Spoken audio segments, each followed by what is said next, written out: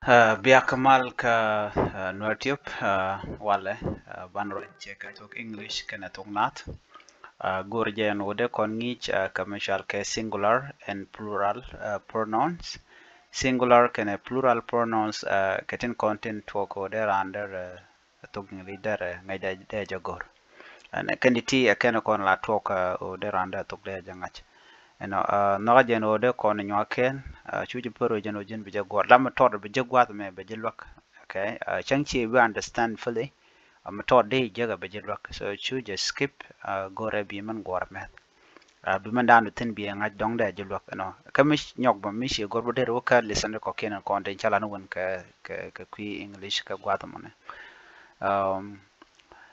singular pronouns kana plural pronouns la de dien la singular pronoun pointe raja ke ramkel refer to one person, thing or idea. La murai karamkel, actually singular pronouns. They are used when the subject or object is singular. La kalat ke let gwaza dana right na ka kwi ramkel. Mi subject ramadana right na ka kwi de ke ramadana le duor. Murai na ka kwi de mi ramkel, ba mishal ke pronoun singular pronoun ba je use. No more meditin gwada me bana ta dana cha gor ke je ban je kel take example te cha ngun gwasa me te shwale subject pronoun la I ke you ke e ke she ke it tangwas ni de ri gujina na milat kon gor kon ne de kon chana men gor ala I dong de lar hen dara hen okay hen de lar sorry okay di lar hen mugori hen you jin tango de kon larbono yen no mo leta kel de kon waka i raje ke kwi chere ke jen tangos ni dong nyamo shega mo di gorno no raje ke kwi nyal raje ke kwi shek no mo ne kel sorry yeah jen like chikon kan nangro chikon combine tam ala hi kene she ke it ala de ti titine kan dia la shat kan mishu gujeta dana tike ke shat kan along okay katung nuare miladi jenene shakon make example gwasme miladi no he is reading a book katung na dongde kon gore jen kwen book gwasme chikon jen chikon laten muluno wodi jen ku refer ni hi kayinga kon raje ka kwinga raje ka kwidol jen na me katung na lura ni hi ka jen bo lura ni shi bone tangwas ni ko mo kan chura mo kan mention benam be yik nang be yi kene shi ba yik chole jen kwena bok ala ramanan nan bi nang ko bi nang ke jen titene ke subject pronouns okay ala tin to ke riet kede to ke la shirkan ka ramadan lama ko milat ko no chana ke gadwich kwena bok gadwich tama jene subject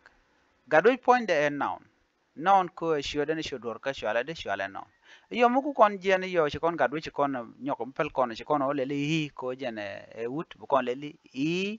is reading a book de kon lar jen kwena bok bichu ngajo de I lunen you lunijin ke yen me ramkel ray ramkel don jogo you kam mon ko bi jogo you bon ke lurne yen ka tungnat titi chala ke subject pronouns can take hokkien use as a subject of sentence jen chanen gwadama kwaje use la subject of sentence merdien gwasame object pronouns mgi kon object pronouns gwasame chere ke mi object ka mala ala shirke duor ala duor milar kono duor dong de yu han jin ke yen jen ke her te ke different gwado te ka object ne chale mi ke you ke im ke her ke it mugoro dong de duor de ngaj bo gwado menyok mi han lor ne han you lon ne jen nyok yemen ti kon lad ne jen ke yen muladiana mani him raje ka kwinguka ka kwidol ke kwiwuda wut ke jen ano de we him mi raje ka kwi wood ka ala wood mi raje ka kwi nyal bi le her nyal nyal ki shek ano bi nang her mi logo ko mention dong de we nga de we nyam her ajen lot ngua ajen lot her ma gwa de mene alo ka to english somehow complicated ko mi chu guje ta da ne chigan ngani gan gor ka je tiken ka dak ano dak den jana wo bi ngajino him me lud raje ka kwi wood ka her raje ka kwi chek bi dagum bi shu ngach ano mi jurane to e wudo mo ki dong de juke nga de we e ramo mon dong de mi would be lare him kami shek alo nyodo je bi lale bi lare her kami kan bi joge dong jurane jin bi joge yu mi ka yen bi joge yu mi jin raji ka rod bi lare bu mi use as a subject as the object of a verb or a preposition alo ko kana kon la lat ka de mana dian gwasme possessive pronouns possessive pronouns chere ka man ala mutte ka jijen kan chala possessive pronouns ane te mo kan la gom object pronouns chere ka door no man kul right ka kwide te gwami kul right ka kwide jen chala object ona object de kon do kan shet karan no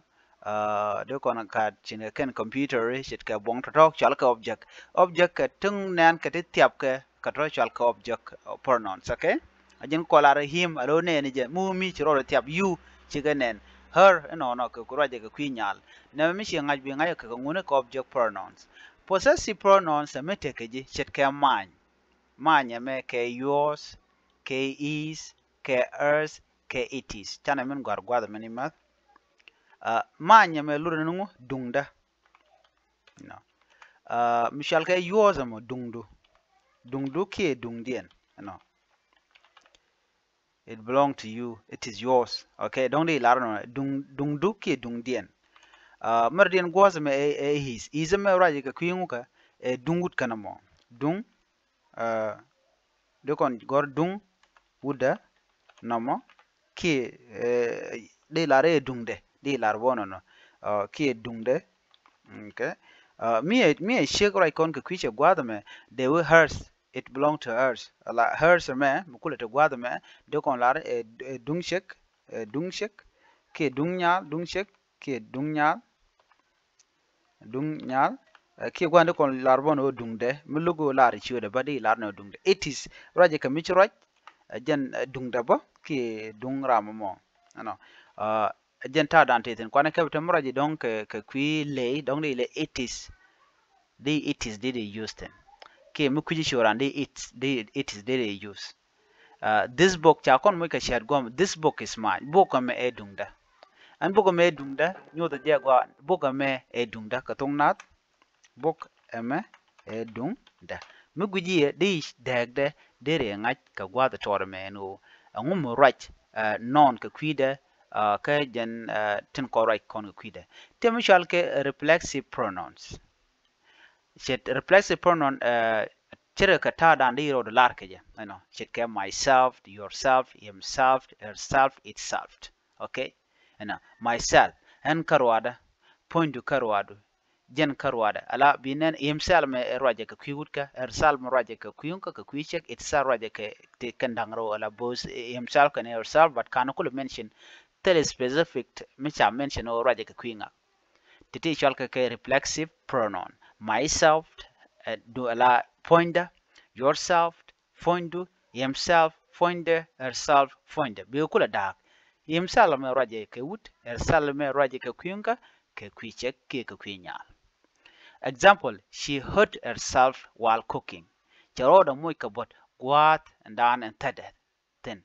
mishi herself yin gwat bi ngajo no herself right now ka kwiche ke te gwat dan tada dong cha muje ka kwan dong je tere ke chawang ba choli herself charoda moy karek gwada dan and tada and nyamo na mo akel kwan bun ka gwasame chi kon ti chi kon ngajen tema ka te pai ko right ne me reflexive pronouns me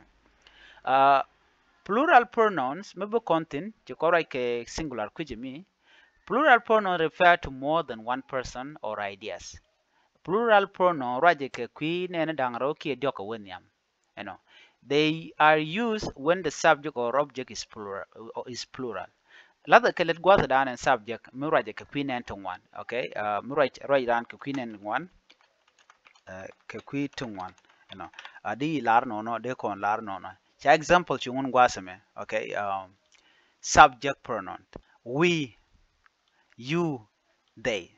We gwatha me chere ka kon mi lari kon, we kon kine di lar no kon kine, we, you, can, and then te kon umra di en bonne they kon ki ken di lar ken gwada men so kon nei we ken ka nei to agenta dan di jega je ki deri ngai ke jeno subject pronoun ka plural pronouns ken di teno gwada men biju ngai ni dob dan di ka use ka je we ngu, you ngu, they ngu. Example, we are going to the market. When nei ka tuk, when nei ka tuk atiak nono shi ne shi nen gwasmen te o ne ngulo damo ko gwasmen dan shi jegalo te gwasmen shi michalat gwasmen mi shi we you lo ne ken we lo ne kon kene atiak nono to kon ko object pronoun gwasmen chitka has, you, them, and no we titi ka object pronoun chikoran mandan murai na ka mi dong de tiap ki mi gwiji no ajen chala de jen chala object on has, you, them. Example, the teacher gave us homework. Chi ngi chane moch kalaching. Chat thoko nono. Bingai ne mengu a object pronoun. Anga moy na ke homework. A teacher, teacher a object. Possessive pronouns metakaran. Chika hers ka plural, yours ka plurals, theirs ka plurals nono. Reflexive pronoun me ourselves, yourselves, themselves. Example, they managed to finish the work by themselves. She can let you a tuka rodian and no. Raja can one key ting one along. A key point to remember me singular pronouns refer to one, while plural pronoun refer to more than one. Remember that singular pronoun raja ka kelka, ka plural pronoun raja ka ting one. Pronoun must agree in number with the noun they replace. Wakan big yig mat gwaskel kan pronoun. Kamandan and letkan. Singular, the cat is sleeping. Now, Nina, it looked tired. Let us choose. Plural, the cats are sleeping. They look tired. Now, chicken, let us choose. Alota shiana singular kel, plural, one. You can both be singular and plural at the same time. And you may find the raja kakel, karaja bokan karo. Shimala kono wejin, ano, jin, ke yen. Namo awa use both plural and singular pronoun. Use raja katungwan ka raja boka kwikelka. So again listen go rade nywaga yakel gore be nywaga na ite kokien lo ni jogo nyok werga milinga ko dar jilwak and simple grammar explanation ka kwi singular and plural pronouns dio jena meda jilwak long dul gor kam mi jengej lamnya lo jog bi linga ma tor si kabro de ma be jilwak bi atemal bye bye.